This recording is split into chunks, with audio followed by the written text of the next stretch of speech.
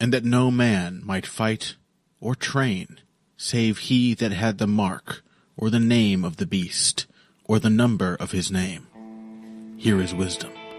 Let him that hath understanding count the number of the beast, for it is the number of a man, and his number is 269.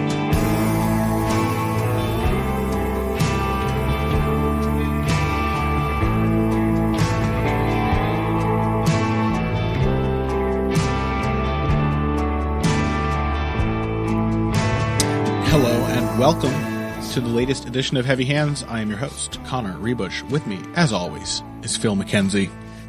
And how would you describe our mood right now, Phil? I have to say, first of all, before you answer, I was in an excellent mood before we started this call. You've brought me right down. So congratulations. I think apprehensive would be one way of putting it. Uh-huh. You're not excited that we're getting to preview another UFC card? Look at this, Phil. I mean, look at the Wikipedia page for UFC 249. It is very blue. It's blue. There's one black name on the entire card. And he's, weirdly enough, he's on the main card. Yes, because he's fighting Greg Hardy. How strange. That's usually a pretty good metric for determining, is the card interesting? Because even more so than, are these great matchups or whatever? Usually, when it comes right down to it, what makes a card interesting or not is, are there stories here that I can latch onto? Are there familiar characters? Are there narratives being played? Is there a sort of narrative conflict happening in these fights? Am I trying to figure out where these people are in their careers? Those are usually good indicators of just how viscerally interesting a card is, how much it emotionally grabs you. So this is a great card, by all indications. Yeah. It has a lot of fighters we know, a lot of fighters who are objectively entertaining to watch. Oh yeah. It packs in a lot of relevance. I mean, the main problems are that a lot of these fights are incredibly weird. Uh-huh. Many of them are sort of not exactly first choice matchups, let's say. Uh-huh. Because the available roster that the UFC has is still not 100%. Mm-hmm. So this is basically the best they can do with what they have at the moment. It's the people who are willing to step in to fight at this particular juncture in the coronavirus pandemic. And so, I mean, Tony Ferguson, Justin Gaethje, again, two of the premier action fighters in the entire sport of MMA. Uh-huh. You can't really hate on that. Henry Cejudo, Dominic Cruz, I mean, it's very weird. It's a current great versus an all-time great. What's not to like about that? Yeah. I mean, all the way down the card, there's relevant, known matchups. Donald Cerrone, Anthony Pettis. Heavens to Betsy. Two lightweight greats not even having to cut weight for their matchup, fighting at 170. Should be beautiful. I'm not as excited as I want to be. I share your apprehension. It seems like everything here, despite having all the markers of what usually accounts for an interesting matchup, is just underscored by some element of weirdness or is depressing in some way. I don't know. It's not just the fact that this card really should not be happening. I don't know if I don't want to get too political on this show, but I don't know if people are aware, but we are currently states are in the United States are going through the process of reopening things, even as our just recently passed peak of new coronavirus cases and deaths has already started to tick back up again. So really the card just shouldn't be happening. Where is this taking place again? What state was Jacksonville, Florida. Criminal enough? Oh, is that a surprise? Mm-hmm. Florida. Literally the United States' lowest hanging fruit. The disgraceful dong of America has allowed this event, feloniously allowed this event to take place, endangering all the fighters, and I'm assuming we're going to have an arena full of fans coughing and sneezing on each other and whatnot. But there's also just okay, so there's that. Does the fact that everyone's been quarantined and has been socially distant, and so like there's likely a dramatic physical impact, like on how physically prepared these fighters are, how well they've been able to train. I just want to get this out of the way up front rather than mentioning it for each fight. Like these are the asterisks we're working with here. We don't know how well prepared these fighters are, what their training circumstances were like. Tony Ferguson seems like especially alarming for this next one. We don't know what their mental states are like. Tony Ferguson went ahead with cutting weight for the fight with Khabib that didn't happen. That was just like 2 weeks ago, right? And he's had like well-publicized mental health issues in the very recent past. You know, he had like that separation from his wife and everything. Like she felt he was like a danger to himself, and now this is happening. And you know, that's just Tony Ferguson, but who knows what the mental impact has been on all these other fighters, you know, being more isolated and having like less variety and excitement in their life that I'm sure most of them are used to or ever expected to have. And then there's the fact that just on a matchup by matchup level, there's like something, just sort of like deeply sad about so many of these. Tony Ferguson's the key candidate, and we will get into talking about that matchup very soon. Again, these are still intrinsically interesting matchups. These are interesting fighters. They're people with great stories and fascinating styles, and they are relevant. They most of them mean a great deal to the divisions in which they're fighting. Tony Ferguson in particular, like I've said this before. I don't know if I've said it on Heavy Hands yet. I don't really enjoy watching Tony Ferguson's most recent fights anymore. Like, I go back and watch that Pettis fight, and it's like, it's so bloody. It's so violent. The Cerrone fight is even more depressing. Like, there's just such brutal fights. And I know that's exciting, and that's great. That's what we like fighters to deliver. But just combined with the fact that, like, this man should have gotten a shot at the title, like, 5 years ago. And all the shit he's been going through, all the extra shit he's been putting himself through, he has like such a point to prove. And now he's not even getting, like, who even knows if this matchup will lead to a title shot? Even if he wins. Are we just going to get Khabib McGregor 2 next instead? That seems just as likely as Ferguson actually ever getting another shot at Khabib now that it's fallen through, what, 5-6 times? And then all these other matchups too, like Cejudo Cruz. Who the fuck knows what's going on with Dominic Cruz? Of course, Greg Hardy is just a lovely rotten cherry on top of the sundae. It just, for some reason, just slotted right in there in the main card as usual. No evidence whatsoever that people show up to watch Greg Hardy. Certainly no evidence that he's any good at MMA. But there we go. He's got to be on the main card if he's on a card at all. And he's got to be on cards because Dana White has decided that he's good. Cerrone Pettis, both of them are like likely shot or something approaching it. Fabricio Verdum? What the hell's going on with Fabricio Verdum? Like, who knows? Uriah Hall, Jacare Souza? Just like, if you guys follow the sport, which is listening to the show, I assume you do, like, you get what I'm saying, right? All those matchups, there's just something about it that doesn't sit right. You're like, I don't know about this. And this is just a time where it feels like no fight could really sit right. So I don't know. I know people love when we begin these episodes with just like a total bummer letdown. They want us to be enthusiastic and excited for everything that happens. Don't worry. We're going to break down the fights, but yeah, that's my... Yeah, it's a weird one. I think there's a lot of fighters who are in...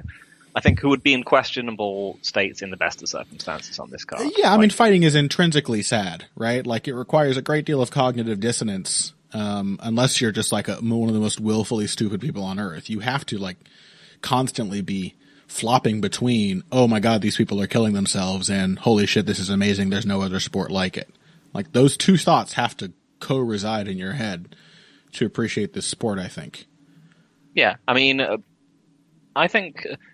the one thing you'll be able to say that you will feel things at the end of this card. Yes, you will. Like, it will be an emotional journey because everyone that's going to be fighting will be known to you in some way. And it might be, there's a solid chance it might be upsetting, but it will leave you, feeling as though you've witnessed something meaningful. Mm-hmm. Like, it's not quite the same. I would have liked to see a few more just like Prime versus Prime awesome action fighter matchups. Yeah. Just given some showcase to some young bantamweights or featherweights or something along those lines, where you were just like, yeah, these guys have everything ahead of themselves. In some ways, the quest for relevance has meant that, because it's so difficult to build relevance in the modern UFC, a lot of these fighters are sort of reaching the end of their careers. Yep. But, so I would have liked to see it sprinkled in with, a few more people where I could feel a little less guilty about watching them. Right. Yeah. Because like you said, in the best of times, it's already sort of a guilty feeling. If you are an empathetic, thinking fight fan, you should always feel a little guilty about the sport you patronize. And yeah, I suggested before we started the segment UFC X Factor, because that feels like every single fight has significant X factors affecting our analysis. But it might as well be subtitled UFC Elephant Graveyard. Because it's like, this is where the blue names come to be laid to rest. So who knows? Again, it could still be a great experience to watch. It might be a lot of dramatic final hurrahs on this card. But why don't we go ahead and get into the main event? We've been bullshitting for 10 minutes and whinging and whining about how awful it all feels. Let's go ahead and start feeling awful. Tony Ferguson versus Justin Gaethje. I think the prevailing feeling... I get a lot of my so-called prevailing feelings these days from those bastards of the vaping scooter gang. They fall into lockstep. They're little worker ants, aren't they? They all just Danny Martin decides a position, and then everyone has to obey. Everyone has to fall in line behind him. So Danny Martin decreed, I think 3 or 4 weeks ago, that Tony Ferguson was doomed. And that seems to be the feeling that has swept much of what I would call like the sort of the educated, or perhaps if you include me in that ranks, the arrogant segment of MMA fans. I do kind of want to start this off by saying that I don't think it's that easy to call. Like, I think I'm going to end up picking Justin Gaethje, not to spoil everything, but I am not that confident that he's like utterly shot, or even if he is, that means a likely or very likely win for Justin Gaethje. Especially given the fact that the most likely way Gaethje wins is an early knockout. And if that doesn't happen, I'm really not sure how this fight shakes out. What do you think? Yeah, I mean, so this is one of a couple of fights on here that we've actually previewed before. Yes. And weirdly enough, not because it's been booked before, but the Ferguson-Gaethje one is a fight that we picked for our fantasy lightweight matchups. Right. When we were doing the Corona Clash. And then, as with many of these, it just ended up being booked anyway. Yep. So yeah, I mean, I share your trepidation here, because I think, as with many of these fights, I think the main thing which is coloring my one of the main things which is coloring my pick is where the two fighters are at their moment in their careers. Gaethje is clearly cresting, both in terms of his technical ability and his confidence. Mm-hmm. He's had 3 matchups that haven't even needed to be wars, that he's just won by knockout relatively easily. And he's, and this is from someone who's always had to struggle to beat even, to beat a much lower class of action fighter in the past. The guy who went to war twice with Luis Palomino just mopped the floor with Edson Barboza and Donald Cerrone. Yep. And Tony Ferguson, on the other hand, as you said, he's been having some ugly performances. Yeah. And in retrospect, looking back on them, I think the Pettis fight was one which I thought he performed pretty well in until he did one really stupid thing. He just sold out on a leg kick and tried to follow it up with a punch with his chin completely up in the air, as he is wont to do, and got completely clobbered and spent much of the rest of the round in survival mode. The Cerrone fight was a good deal more concerning. Yeah. This was because it was just him getting dinged up for a lot of the first part of the fight, and this is really the the crux of it, and it's very simple. Tony Ferguson is a horrendously slow starter. Yep. Justin Gaethje is incredibly aggressive and fearless, and has been knocking people out in the first round lately. Yep. And if getting very nearly obliterated by a counter right hand from Anthony Pettis, who doesn't really throw very good combinations and isn't particularly dangerous with any shots other than that right hand in the pocket, that is. Then yeah, the to contrast Ferguson's performance against Donald Cerrone to Gaethje's recent performance against Donald Cerrone, counter right hands and left hook setup off the threat of the right hands rather were sort of the order of the day. So yeah, I understand why the feeling is, Gaethje's going to knock Ferguson out in the first round. I think that is, of all the outcomes, probably the most likely. But when I say that, I mean I think that's, I don't know, at most 35% chance that's how the fight ends up. And I say that because if it doesn't finish early, Ferguson is just a tremendously dangerous fighter. He's super durable, even as he has these moments where he gets dramatically hurt and just makes a series of increasingly stupid decisions until his opponent becomes too baffled to continue trying to finish him. Even despite those moments, he doesn't get finished. The other thing he doesn't do is get tired, which is a great quality to have in your arsenal if you are fighting Justin Gaethje. He's also probably, I think he's probably the most like the opponents Gaethje fought back in World Series of Fighting, in that he is utterly fearless. There is a way to break or cow pretty much all of the other people that Gaethje has beaten in the UFC. You know what I mean? Michael Johnson can be sort of mentally domed. James Vick can be both mentally and physically overcome. Edson Barboza gets started galloping backwards and has no way to stop. Donald Cerrone, well, just shortly after that knockout loss, he had the McGregor fight, which I think was a quintessential Cerrone performance, and has led me to be. Are you up on the Stephen A. Smith discourse, Phil? Oh God, no! I've tried to avoid this. Yeah, it's incredibly dumb, and I don't like knowing about it. But the funny thing is that the thing everyone's so mad at Stephen A. Smith about, I think this is coupled with the fact that he clearly just doesn't know what he's talking about. And anytime he or Skip Bayless has ever been asked to talk about combat sports, they just are completely emotionally driven. They talk 100% out of their asses.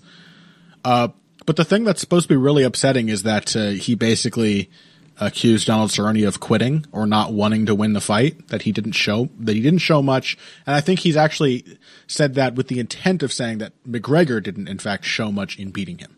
That it's not enough to convince him that McGregor is ready for a Khabib rematch or anything like that, because Cerrone didn't really show up. And, people don't like terms like quitter or whatever, which is why I don't use them. And it carries such a negative connotation, and that's not what I'm trying to convey. But Donald Cerrone absolutely does mentally fold. Mm-hmm. That's a thing that happens in big fights. He doesn't ever perform well. That's a known trait of his. And so, these are all extremely winnable fights for Justin Gaethje. They're certainly all fights that we predicted he would win. And, heaven knows, and our listeners certainly know how bad we are at predicting fights. So, they were easy enough for us to call correctly, I believe. All three of those, both of us thought Justin Gaethje would win, and he did very easily. And, that just doesn't happen to Tony Ferguson. Doesn't have that character. He is the one who reveals that quality in other people he fights, even when they are themselves regarded as being incredibly tough and mentally and physically durable. And he breaks them. He's relentless. He's fearless. he's incredibly reckless. But if he doesn't pay for that early, what the hell happens? It's still a huge question to me. So I don't know. What are the let's try to understand Tony Ferguson. We don't want to go on too much longer. We wasted so much of what should have been our first segment bitching. Who is Tony Ferguson? Like, what are his defining characteristics? What are the stylistic? Because if it's physical, I think he has if we're looking at physical traits, he has a very good shot in this matchup. Like I said, he doesn't get tired. He's very durable. He's a super underrated puncher. When he doesn't submit people, he tends to knock them out. He's got a lot of knockouts in his record. So what are like the stylistic traits that lead us to believe that Gaethje might very well knock him out in the first round? Basically it is that slow starting, which is the problem, because he is generally a dramatically different fighter in the second round than he is in the first. Yeah. He has some hideous defensive flaws which they don't really go away as he goes into fights, but he'll generally build some kind of defensive tool on the fly to stop them. Like, he's not someone who ever stops, throwing his chin up in the air when he punches, or just stepping in behind low kicks with his again, directly up in the air. But he does. He'll start doing things like hiding behind his shoulder or picking off shots with his elbows, or just and he'll start to be better at like angling out or counterpunching when he's moving backwards instead of just running away. So he's definitely so I think he is a slow starter. I think, you've mentioned this before, that he is you feel like he has maybe poor eyesight because... Yeah, that was my pet theory for a long time, is that he's like farsighted and he has to get his hands on his opponent and like get hit in the face before he gets a feeling for the range between them. Yeah, I think whatever the reason, he's a very tactile fighter. Yes. Despite being a very long fighter, he constantly wants to reach out and touch the other guy, not necessarily in the way like a John Jones wants to literally like put his hand, hold their forehead, but that he needs to be constantly hitting them with the jab, and he needs to like feel how they're punching him so he can turn through it and do all his weird shit. Yeah. And that makes it a fascinating matchup because... Go on, sorry. That makes it a fascinating matchup because Gaethje is also a very tactile fighter, but more so on defense. Gaethje is he's a catch and pitch guy, where he's going to try and bounce shots off his arms and then come back with that sort of pouring overhand right or the left hook. So I think there are definitely reasons to think that, whilst Ferguson is going to have a terrible time early, that there are certain things that certain habits that Gaethje has that Ferguson can capitalize on fairly handily. Like he can do what Poirier did, because he doesn't sit on his punches, and he doesn't sit down on his punches unless he has to, most of the time, or if he feels like it. Yeah. Sometimes he'll just do something nuts, but he can jab at Gaethje. If he can bring the guard up, then he's an incredibly creative, diverse striker who can, do what both Poirier and Alvarez did, and just start slipping in shots whilst Gaethje is covered up. He will absolutely find creative and unpredictable ways around that relatively static defense of Justin Gaethje's. And because most of Gaethje's counter shots in that at that point are relatively short, like, he kind of comes up with that swinging with as I said, the right hand or the left hook. If Ferguson is maintaining his own range, then he should, that may just end up opening Gaethje to more punishment. As well, Ferguson is as we saw against Cerrone, he's a very diligent body kicker. Yes. Again,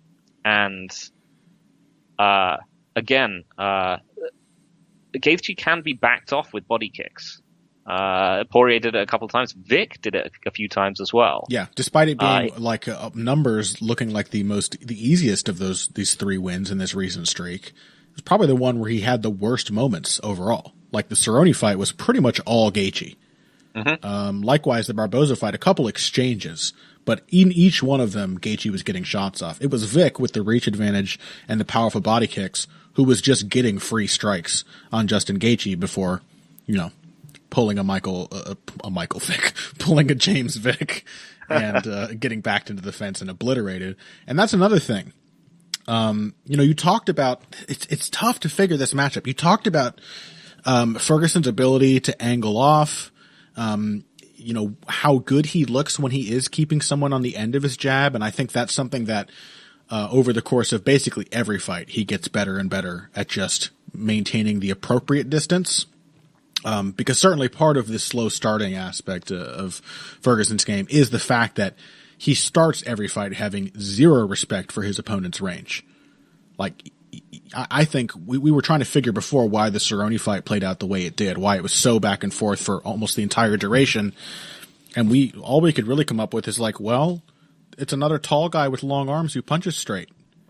And Ferguson just kept like stepping into his range and just getting popped with straight shots. And that's what he does. He feints a lot. He's weird and unpredictable, but when it comes to traversing the distance, he likes to just walk into the pocket. And then he's so reactive defensively and has such weird habits that he tends to get dinged up a lot. He's not a great pressure fighter, Tony Ferguson. So a big question for me in this matchup is directionality. We have seen Ferguson probably at his best as a back foot fighter, and that might be, like Dustin Poirier or Eddie Alvarez, that might be absolutely the best way to beat Justin Gaethje. I think off the back foot, Ferguson does have some pretty good footwork, and he's obviously got a great jab and just good straight punches in general. But then from Gaethje lately, like in that Cerrone fight, we have seen a much reduced emphasis on pressure and aggression. And a much greater focus on counterpunching. So who has the better gambit here? Is it better for Ferguson to push forward like he usually does these days, just to force those defensive moments out of Gaethje? Or is it better for him to do what he's arguably much better at, which is fighting from range and keeping that distance and using what probably should be one of his biggest advantages, which is his size? So, I think the main thing is that both guys need to use their tools as soon as they're in range for it, I think is probably the basic dynamic of it. I don't think either one is going to do well if he's on the back foot.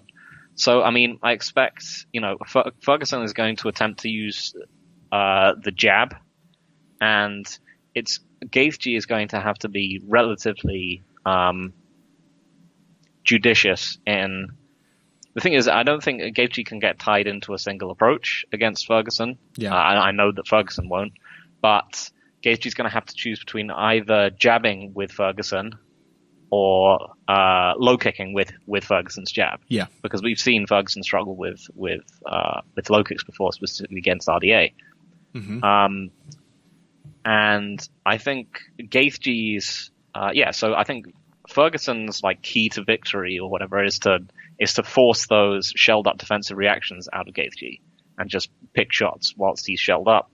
And I think Gaethje, it just has to be to use the threat of the low kick to pull Ferguson into punching exchanges with him. Yeah. And I can't trust Ferguson not to do that early on in this fight. So yeah, I am also going to pick Gaethje. But I think it's going to be a fascinating fight if it goes,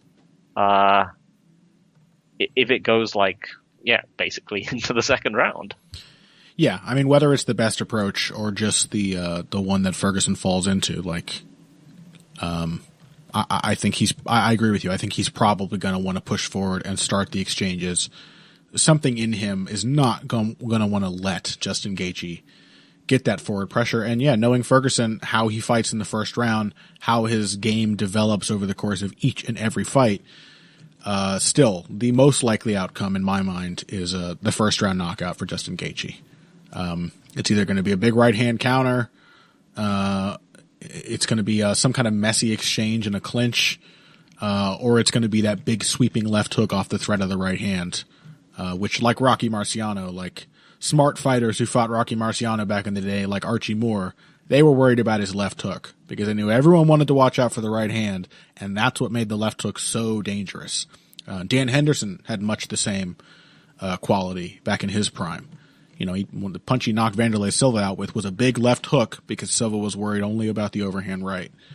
So I think those are very dangerous weapons. Ferguson's going to walk right into them. He's going to have terrible defensive reactions at first, and he's almost certainly going to be pushing the pace and creating the openings for these shots.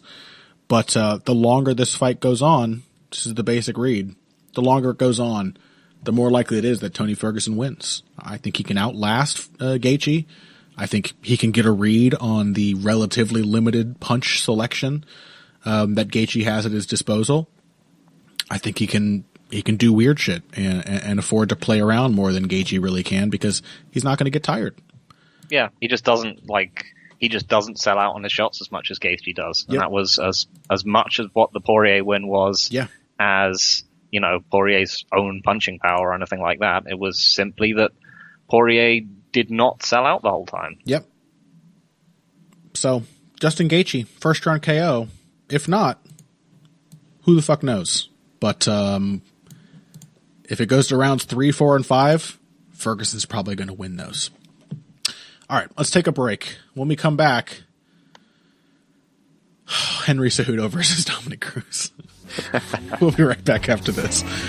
Hey everybody, thanks for listening to this week's Heavy Hands. If you like what you hear, please consider pledging to support the podcast on Patreon.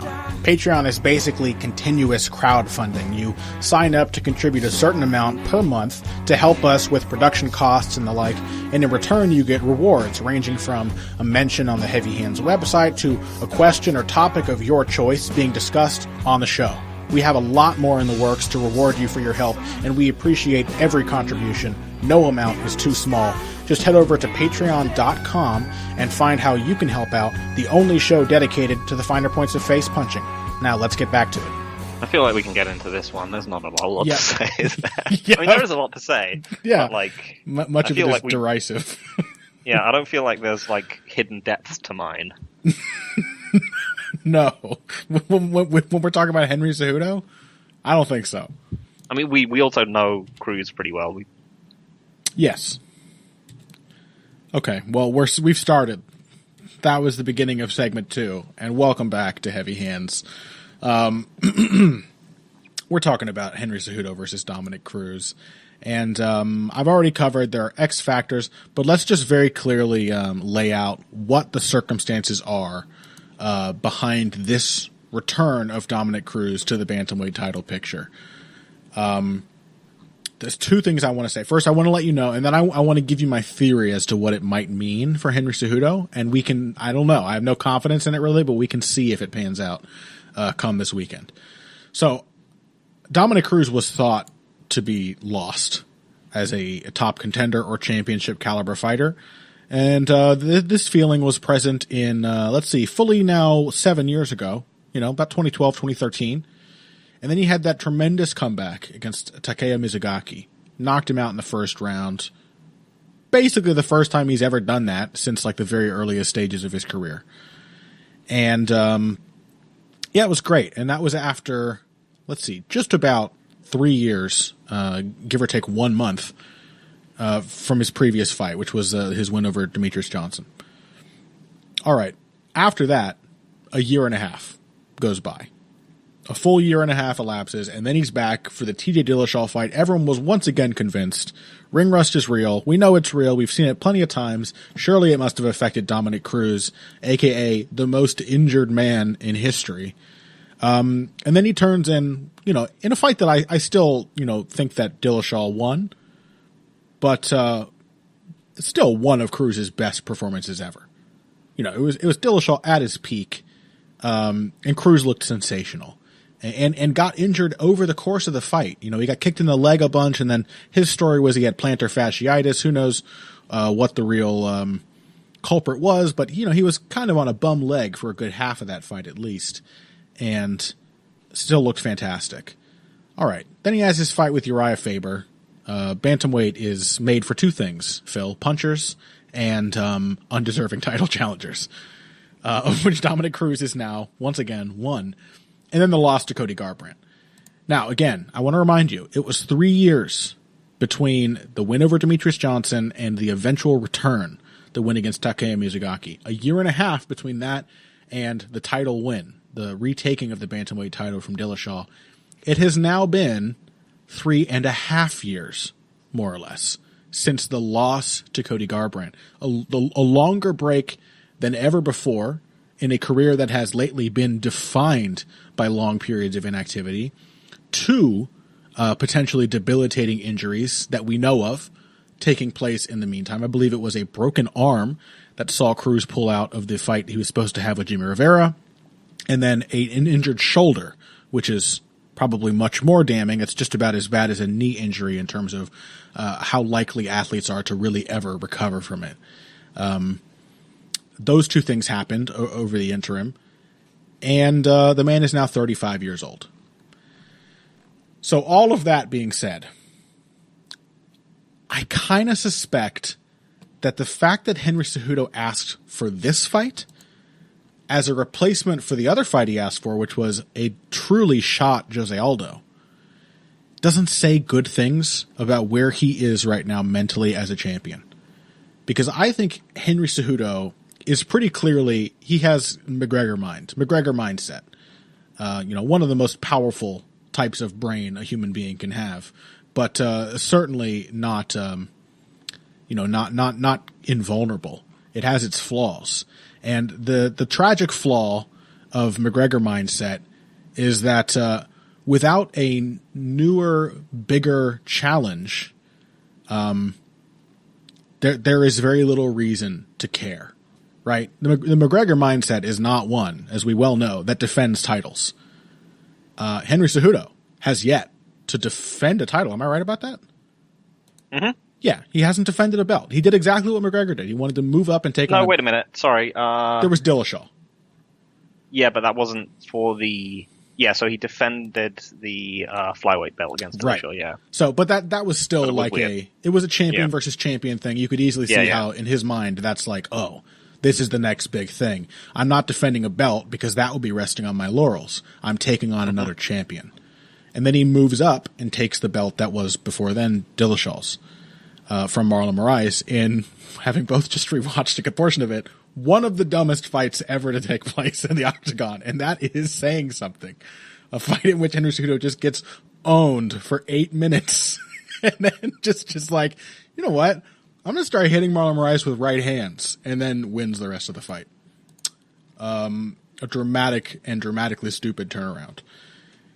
So the fact that Henry Cejudo, who was regarded as like sort of at times like a bit of a layabout, like someone so naturally gifted and so needful of that next big challenge in his wrestling career, that like there are stories about his coaches just having to kick his ass and force him so hard to work. And he just knew he could win without really having to try. And he wasn't very engaged when he didn't feel he had to try. So, we've seen this from Cejudo in his over the course of his MMA career. He kind of didn't seem all that into it in the early going. Like it was a thing to do. This is what wrestlers do when there's no more wrestling career ahead of them. So fine, I'll do MMA now. His style and his potential didn't really blossom until after the loss to Demetrius Johnson. It was that reminder that there was a new peak, a new summit to ascend, that convinced Henry Cejudo to start caring and investing in different techniques and different ways of fighting. He became more aggressive, more determined, certainly more powerful, more dangerous after that. The fact that we're now looking at him asking for A, Jose Aldo, and B, Dominic Cruz, fighters that most people suspect are shot, that really only serve as meaningful opponents because of name value earned over the course of 2 very long careers, of which both of them are now at the end, certainly. That, to me, suggests that the man's looking for money matchups. He might be over it. You know what I mean? Like, Dominic Cruz is in no way a step up from taking the title from Marlon Moraes. Not this version of Dominic Cruz. So that's interesting to me, actually. And it's doubly interesting when we consider the fact that if it were a prime Dominic Cruz, both of us would probably pick him pretty confidently. Like, Dominic Cruz is a great fighter. He has, in some ways his technical game has been like surpassed and everything. But something that I sort of said when we were watching on last week's episode, when we watched his fight with Brian Bowles, Luca Bordon phrased it better than I did on Twitter. I think he called Cruz a master craftsman with shoddy tools. And that's still true. Like, Dominic Cruz has a really great understanding of fighting and specifically how his style works. He understands angles. He understands distance. He understands pace. He understands that he needs to both initiate and end as many exchanges as possible. He is a fighter built and designed to win rounds and fights. And he's never been out-wrestled. He's never been knocked out. He doesn't really get tired. He's famous for his cardio, despite the fundamental inefficiency of his technique. So, if this were Dominic Cruz fresh off the Dillashaw win, or Dominic Cruz before the Mizugaki fight, would we not both pick him very confidently to take a win over Henry Cejudo, who, I will remind you, spent 8 minutes getting absolutely stomped by Marlon Moraes before beating him only by sheer durability of body and spirit? We'd pick Cruz, right? Yeah, relatively confidently. And this is a fight we previewed in our, fantasy matchups of current champs against old ones. Right. We had to figure it out a bit, but then we realized, Cejudo is not really a great, as we saw against Moraes, he's not really a great closing down fighter. No. What with being almost entirely one-handed. And in that fight, he basically was either chasing Moraes down in southpaw and trying to jab him and getting his leg kicked out from under him, or he was just kind of selling out on right hands. And I think there are a lot of things about Cruz's style, that aren't to be liked, including the fact that, that's obviously quite a point-scoring style. But it's also, this is its own benefit, because Cruz I think Moraes was heavily discouraged by the fact that Cejudo just walked through his offense. Yeah. And just, he landed his hardest shots on him, and Cejudo just kept coming. I don't think Cruz would care about that at all. He would just be like, I've landed a bunch of shots, I'm winning. He's like, oh, you're going to keep walking into it? Sweet. Yeah. Fantastic. And I think Cejudo would be the one to be more, would get more annoyed than Cruz. I mean, that was really what won Cejudo the fight against Moraes, was Cejudo just getting angry. Yep. He just got mad, and he just started rushing Moraes and refusing to stop throwing. Again, this is a approach which Cruz, in his prime, would have absolutely feasted on. Mm-hmm. You're going to chase after Dominic Cruz throwing telegraphed right hands at him. Like, this is, we've said this about, GSP and so on. This is one of the styles that Cruz was literally built to kill. Yeah. Congratulations, Henry. You have found the fighter who can out-wrestle you. Like, you do that against Dominic Cruz in his prime, you're just walking into expertly timed takedown after expertly timed takedown. And when you become wary about those, you're getting counterpunched. Also, as I believe we mentioned on the previous, on the show where we did that, I think Cejudo getting out-wrestled by Dominic Cruz would cause his head to explode. Yes. He would, I think, become incredibly furious and stupid. He would, yes. He would go full Daniel Cormier against John Jones. Like, he would probably spend the rest of the fight focused on nothing but making sure he could get a takedown back. Mm-hmm. Yeah. And, just in general, the fight we saw against Demetrius Johnson was, again, it was Cejudo trying and really pretty much just failing to track down someone who just picked him off with longer shots and lateral movement. And Cruz is probably not that much slower than, or at least wasn't, let's say, that much slower than Mighty Mouse, but also is way bigger than him. Yes. His effective range is far longer than Mighty Mouse's, and we saw that when they fought. Yes. He looks 2 divisions bigger than Demetrius Johnson in that fight. Yeah, I mean, so there are, I think, even in their prime, there would be spots for Cejudo. I mean, at least in part just because he would bite down and exchange with Cruz. And we've seen that Cruz can get, a bit like Ferguson, he can get stuck on things like he'll just enter in behind a raw low kick, or he'll get those big drawing pole swings. He'll get them sort of caught as he comes in. He will certainly. I was almost going to make the comparison between these two in segment 1. Like, they're different approaches, but they really understand what they're doing, but their tools are not really perfectly honed for the task. It's a lot of will. But yeah, like Cruz also shares Ferguson's tendency to pull straight back with his head up in the air. And worse than Ferguson, he tends to do it, and it tends to compromise his stance when he does it. We saw that again in that fight with Brian Bowles. That's a habit that Cruz still has. I think he's gotten better at it, actually. He's a better pivoter than he used to be, but he will still just like square up his stance and just walk backwards with his head in the air. But yeah, the problem is obviously that it is simply, I think, at this point, it is simply negligent analysis to assume that Dominic Cruz can fight at something close to his prime. Yeah. He has an incredibly physically dependent style. He's been out for a really long time. And this is exactly the kind of fight that a fading, if you knew that you didn't physically have it anymore, this is exactly I mean, again, Dominic Cruz is a competitive psychopath. He would take any fight like this. He would take any shot at a belt. Yep. But it's also the kind of fight where you'd be like, well, I'm going to take this for the payday anyway. Because if I'm going to go out, I might as well, it might as well be the co-main event in the first card in whenever. Good. Yeah, absolutely. Like, it's both the competitive spirit, but also like, why wouldn't you? You're Dominic Cruz. Even as Dominic Cruz, you must know there's not a whole lot of career left. I've now had my longest layoff ever, more and more injuries piling up. I'm 35 years old. Why the hell would I not take this last opportunity, either for pride or payday, to get that belt?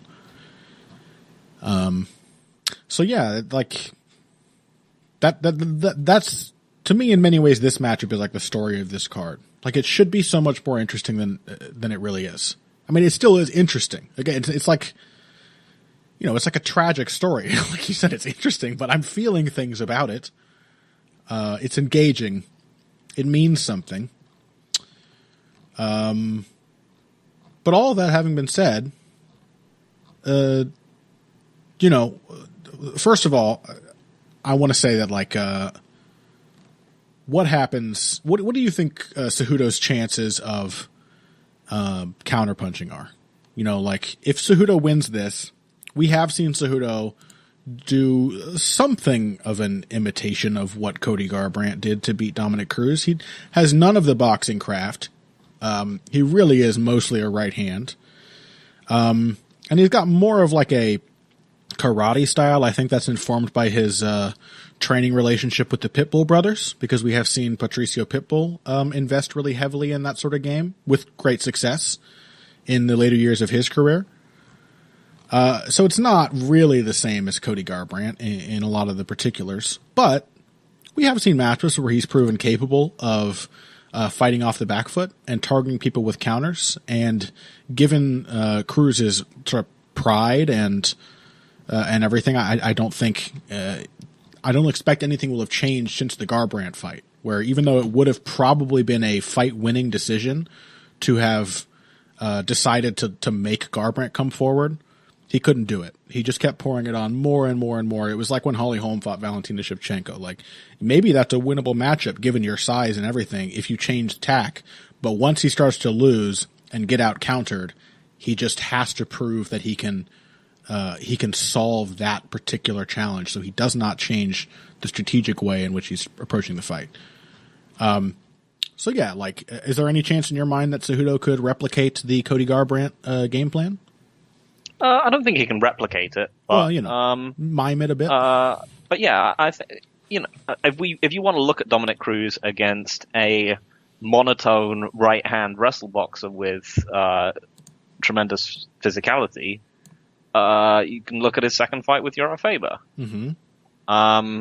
And Faber dropped him like multiple times in that fight.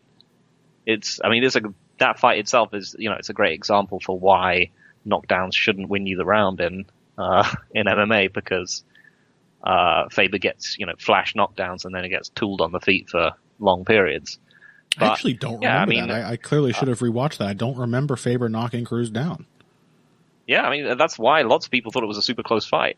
It is, it's competitive, but it's Cruz talked about that himself, is that creativity and that tendency to try and, always do the thing that the guy isn't expecting can occasionally just get busted open by a simple, an approach as simple as like, as soon as this guy lands on me, I'm going to try and hit him as hard as I physically can. Yeah, and we know I've brought this up several times, but we know from the interview he did on Heavy Hands years ago that he is cognizant that he can struggle with the sort of like scarcity of his opponent's offense. Mm-hmm. That an opponent who just waits and lets him invite himself to the party over and over and over again can throw him off, because they just don't give Cruz what he really wants. As if you've listened to him on commentary, one thing Cruz really likes are reads, and opponents who don't give him reads, opponents who make him make the first play, they tend to be the ones that trouble him. So yeah, there's something like that there. And I think Faber's maybe a very good comparison. He did trouble Cruz somewhat, even as a much faded version of himself, mostly just as a counter right hand. I mean, I don't think Faber was faded in their second fight. He was faded in their third fight. That was pretty much just a whooping. Okay. That's the one you were talking about. That's why I didn't remember the knockdowns. Now I remember, of course. Yeah. I was like, I'm pretty sure Faber is the only one who got knocked down in their most recent fight. Okay, I'm with you now. There's a possibility of that. I still want to emphasize that, like, Dominic Cruz is nuts. And Cejudo is, like, not, at the best of times, that technically deep of a fighter. Specifically in this matchup, he seems less likely to out-wrestle Dominic Cruz than he has most other people he's fought, except perhaps TJ Dillashaw, where it hardly mattered. I just want to emphasize that, like, maybe Cejudo doesn't care, and that's why he's taking this fight rather than, continuing to chase the dragon. Like, he's made it. He's become king of 2 divisions. So, like, now it's time to cash in. And I don't know what a cashing in Cejudo really looks like, but given the relative shallowness of his game and how much he depends on, like, raw athleticism and everything, it could be pretty disappointing. It could be like a really lackluster performance from Cejudo. I don't know. He got owned when he fought Demetrius Johnson the first time. Absolutely crushed. So there's something like that there.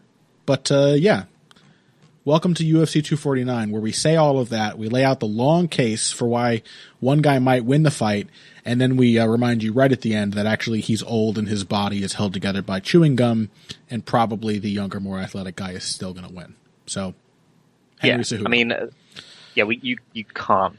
I mean, just the direction these guys have gone in physically. Yep. That performance against Moraes is one of the most impressive displays of pure durability and physical gifts that you're going to see in the sport. A brutish victory. Yeah. And meanwhile, you don't get, again, on the other end of the spectrum, there are few injury regimes which have matched up quite to what Dominic Cruz has gotten over the last basically 6 or 7 years. Yep. There is no reason to assume that he's going to be in any kind of shape to win this fight. Yeah, but if he is, and this is the thing, this is the flip side of it being it potentially being a bit of a downer card. It could be, an incredibly inspiring win, where that's right. An aging champion that no one thought had a shot, like, has a genuine stylistic chance to take out the incredibly irritating champion. This is the start of the third act, baby. Like, if there's a time for either triumph or tragedy to be set up, this is it. And you need like these truly dark, depressing circumstances to deliver the most cathartic and satisfying sort of comeback moments. So yeah, I will be rooting so hard for Dominic Cruz. I just want that to be known. I don't always like Dominic Cruz. There's a lot of things I could complain about his like personality and everything, but Jesus Christ, do I want him to win this fight? Yeah, Cejudo by knockout round 2, I reckon.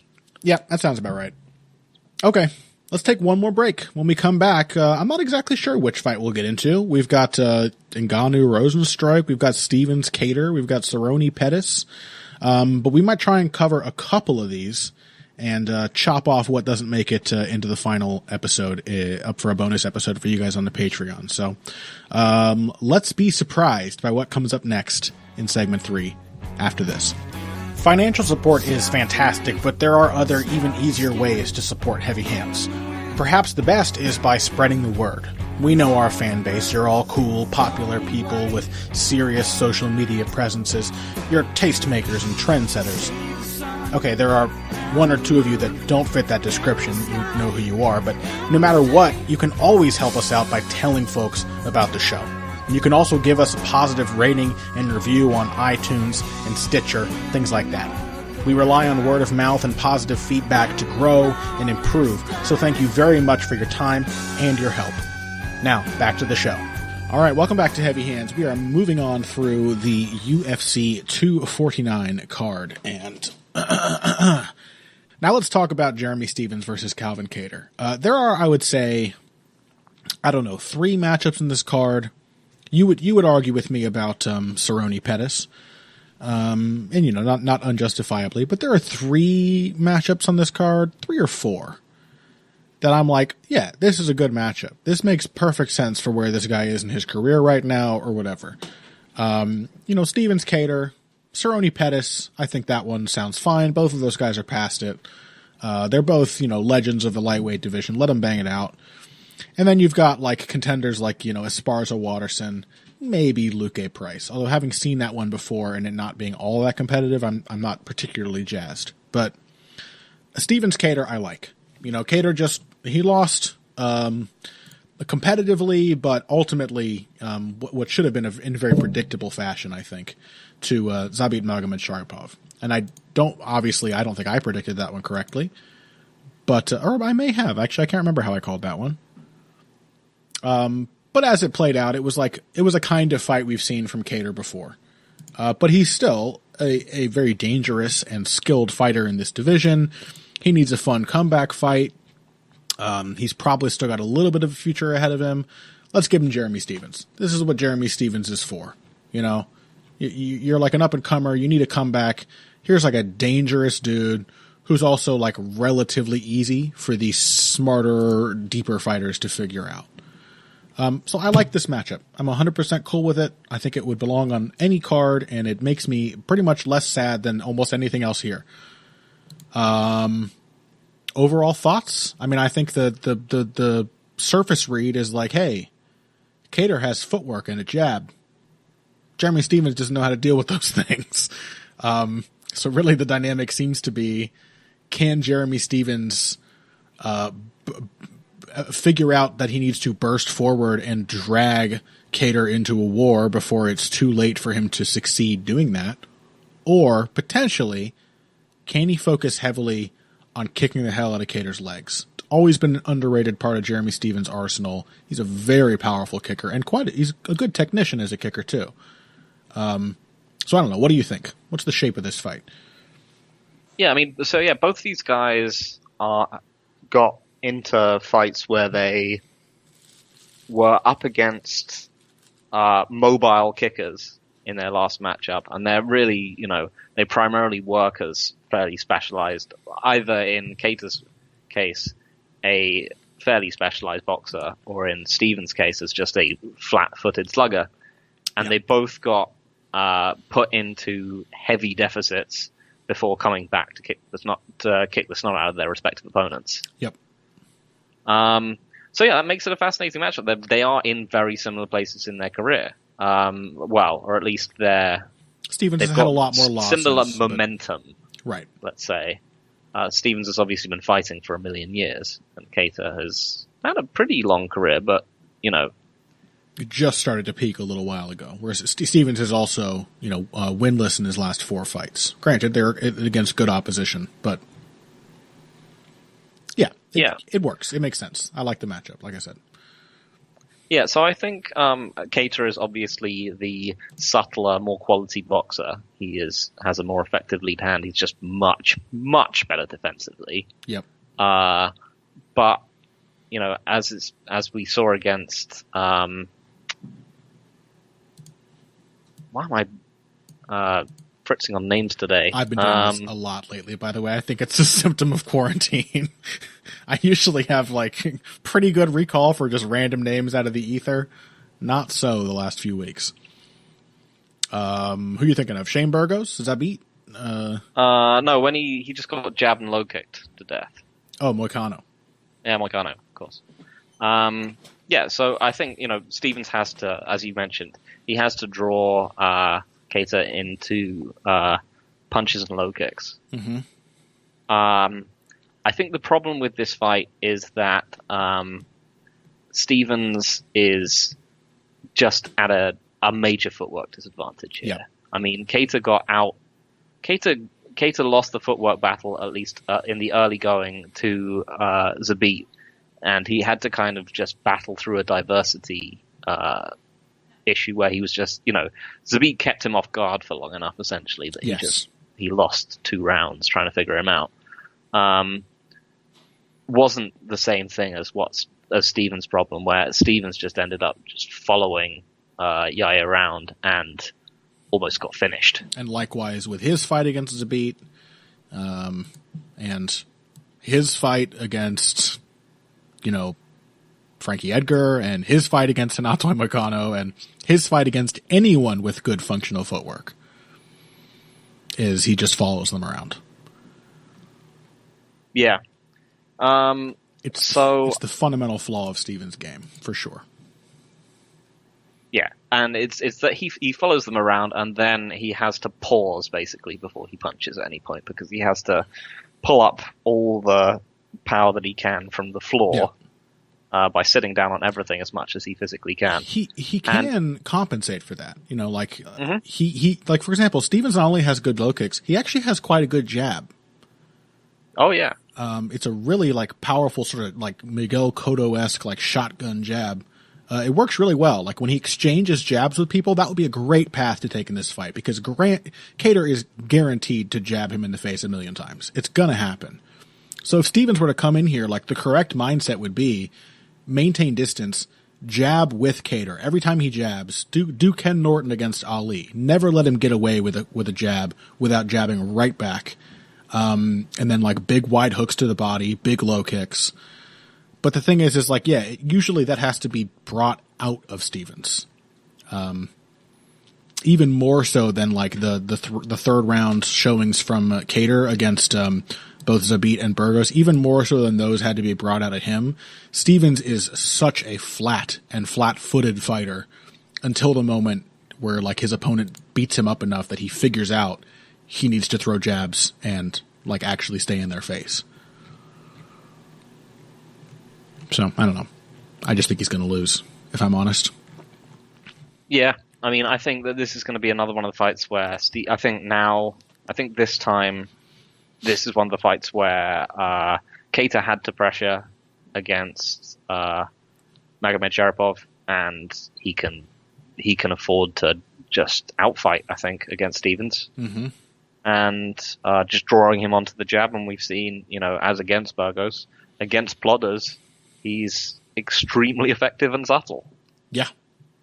And, a pretty big puncher as well. So yeah, I tend to favor him reasonably strongly. I'll be interested to see. I mean, Stevens is someone who was, he's lost these recent fights, but it's still very hard to detect any kind of physical deterioration from him. He still has insane cardio and durability. Mm-hmm. I mean, simply shocking. Yeah, the feeling is often when Stevens, like, even though this has been like 3 losses and 1 no contest or whatever it was in a row, it seems like it should be like the downturn of Stevens' career. But you're right. Like, the feeling at any point in his career when he loses is like sometimes he just doesn't really show up. Doesn't really seem all that invested in beating his opponent. Like, I remember specifically his fight with Renato Moicano. He just looked like bored, like he didn't have much regard for Moicano as an opponent or something. Because there have been performances where he comes out like basically from the get-go and has a pretty sensible approach. You know, like, he still took a couple minutes to get going, but the Du Ho Choi fight was much more like that. So was the Josh Emmett fight. And the Gilbert Melendez fight was actually, I thought, one of his best performances. You know, he took the seam off a lot of punches. He threw a lot of combinations. He worked his jab a lot. He obviously used his kicks to great effect. So, yeah, I just think sometimes he just doesn't seem to show up. Doesn't seem to care. I think it's also just if people exchange with him. Like, just... Well, yeah, let's be real. Yeah, if you agree to exchange with him early, then you're going to get a much better Jeremy Stevens. So we'll see. But probably Kattar just strafes him with jabs. And, yeah, I don't know. He might knock Stevens out. It has happened, like, once before. Yep. I don't know. Well, I mean, yeah, TKO from Aldo and the left hook from Eve. Excuse me, Phil. The right hook from Eve Edwards. Oh, I'm sorry. I did that last time as well, yeah. Dare you? The southpaw Eve Edwards. Yes. So I don't know. It's a good fight. I think it'll be exciting. If Stevens does get beaten up, then he's going to produce something fascinating as a result of that. Probably. At some point, he's going to get really mad, and it'll become fun. And up to that point, it'll probably be an exhibition of Calvin Kattar's excellent boxing skill. All right. Thank you all so much for listening this week. It's a weird one. Again, I know people don't like when we gripe too much. I can't help it. Complaining is cathartic, and MMA offers us so little in the way of genuinely satisfying catharsis that I just gotta complain sometimes. It's definitely an interesting card. I think we conveyed that accurately. That there's just all these little details that are sort of tragic, but that's MMA, man. Like, it is no less fascinating for the fact that it probably none of it should be happening, and the sport itself should be erased from human history. It's still like, you got to talk about it. That's UFC 249. Phil, do you have a preview coming out this week? I do. And the first one in a long time. So, yeah, me and David will be typing out our toe-to-toe preview. I think probably we will be hitting both those 2 main card fights. And, yeah, it should be out towards the end of the week. All right. As for me, I don't know what I'm doing yet. And you know my new rule. I don't promise that an article is going to come out until I have it. But I am planning something. So, I don't know. Bug me about it on Twitter if you want to find out. You can do that by finding me at BoxingBush, BUSCH. And I also encourage you to bug Phil on Twitter just for the hell of it at Evil Greg Jackson. Also, I don't know, this is a small reminder with the other Bloody Elbow related stuff, but after weeks and weeks and weeks of the MMA depressed us and some truly horrible movies and some somehow even worse fights, the MMA Vivisection is going to be back at Bloody Elbow. So if you want to hear me having all of these the ill-considered points I raised on this show challenged and have me just like biting my nails as I resist the urge to flip-flop and change my mind, as Zane Simon, the bastard, makes his intelligent case for why I'm wrong, then you should go check that out. Comes out on Wednesdays, same as this show. So anyway, thanks to you all for listening. We will be back to recap UFC 249. Lord Connor, knows... What? There is one more thing. What? So we normally talk about stuff that we might have ourselves coming out, but there is something subtly similar to this, but not quite the same, that we've both been involved in. If anyone wants to check it out, Eric Stinton over at Sherdog has written a series of articles, including insight from our good friend Ed Gallo, called Watching Fights Like an Analyst. And myself and Connor both offered some insight for part 3, and I think when it comes out, part 4 of that. So anyone who wants to read sort of more considered and well thought out explanations of some of the themes and theses we talk about on the show in the sort of encapsulated in text format. There's that, and I think it's turned out pretty good. Yeah, thank you for remembering that, yes. So go check that out. Eric Stinton is the author. It's on shirtdog.com. And yeah, we'll catch you guys next week. Until then, if you came here today for the finer points of face punching, you came to the right place. This has been Heavy Hands.